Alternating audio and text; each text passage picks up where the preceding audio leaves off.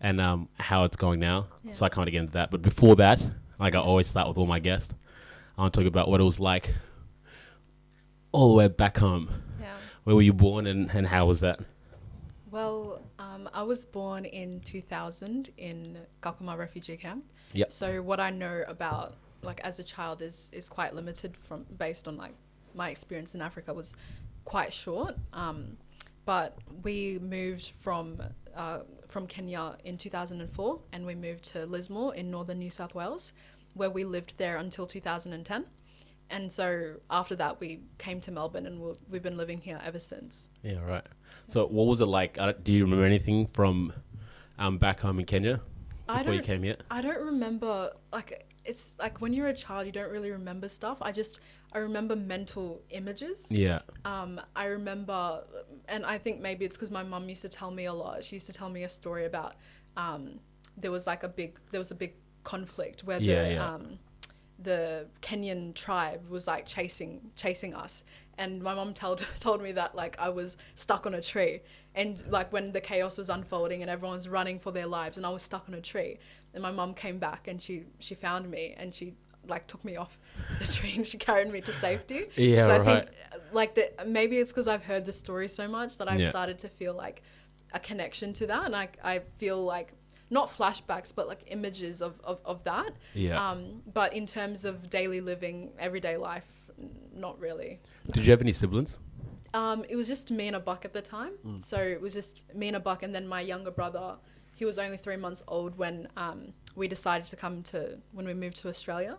So our family was quite small, but now our family, there's 11 of us in total, so right. 9 kids. So we started off, very, very small. A lot of us were very young, so yeah. So hang on, how many of you guys now? There's 9 of us now. 9. Yeah.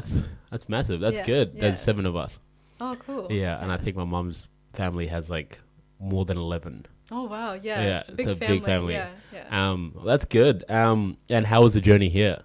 Yeah, the journey was good. I think something that I remember, and this is something that my dad and my mum would tell me a lot, is the fact that we were so fortunate to come, because my dad, he actually got approved to go to Canada, but it was just him by himself. And so when he ended up, he was like deciding like, oh, do I go to Kenya and then try to get my family back like after a period of time, or do I, risk it and say no and try to get an application for my whole family to come.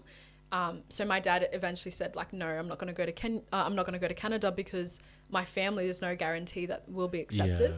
And so he said no, and I think we waited a few more years. My mum and dad were at the refugee camp for a total of 11 years. Wow. So it's like, it's a long time to be there, to just be like waiting. So a few years later, we actually got approved for my whole family to come to Australia. And so that's something that I remember thinking like, whoa, like we are so fortunate, we're so blessed to turn down an opportunity and then get another one come through. Yeah. So that's something that I remember. I don't really remember the journey per se of coming to Australia. It was very, very small. But my dad did say like, we're very young, we're very hungry on the plane. Like that's what he used to say. We were like crying because like there was nothing to eat until we got onto the plane. Yeah, but, right. Yeah, I just remember feeling grateful for coming here, because I think that's just a story that my parents told me so often. Yeah, that's amazing. And it's, this mentality they would have had to be there for 11 years, just knowing that eventually that you guys are gonna get a good opportunity. That's Definitely. good. That's amazing.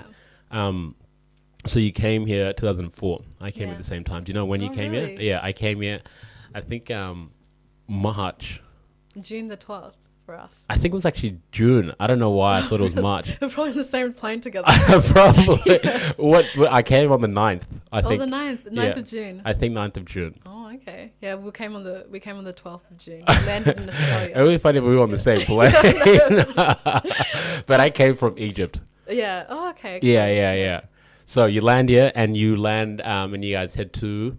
Yeah, we land in Sydney Airport, and then we get taken to Lismore in northern New South Wales. Yeah. And how was that? Yeah, it was really good. We were one of the first African people to arrive in Lismore, because they were doing their whole Commonwealth settlement integration program there for African refugees. And so like Lismore was very, very white. It was very, like, there was not a lot of cultural diversity. But when we came, there was a lot of people from South Sudan coming. There was a lot of people from Sierra Leone coming, and the Congo. And so we kind of built up a small African community that was very, very strong. And I think our strength was because we were quite isolated. But the people of Lismore, like the way that people just opened up their arms to us and helped us through everything. And I think that's something that I feel really fond about in my experience coming to Australia. We got a lot of the help that we needed. And people were really, really keen to get involved and keen to get to know us. I remember going to church every Sunday and just having a beautiful community around us. We used to do trips to the Gold Coast, like as a community, everyone would be on the bus, you know. It was just, I had the best childhood, even though the circumstances were hard. I know if my parents were speaking on it, like because there was a lot of invisible issues that I didn't necessarily see because my parents were adjusting. But I think from a child's perspective, we had everything we need. We had good friends, a good school, good community, other Africans around you. So that was something that was quite special. Long, that's amazing. How long after because you guys were the first, how long after did other Africans start coming in? I think that year. Okay. Yeah, I think that year. My dad was really closely involved with the council. So the council people who were running the integration program, he was like a leader. So he would help the emerging families come as well and help support that program. So I think we were definitely one of the if not the first, we were definitely one of the first, and people started coming up until 2007 or 2008. So more people will come every year, but the bulk of us between 2004 and 2006. That's amazing. And how long were you guys there for? We were there from 2004 to 2010, so around 6 years.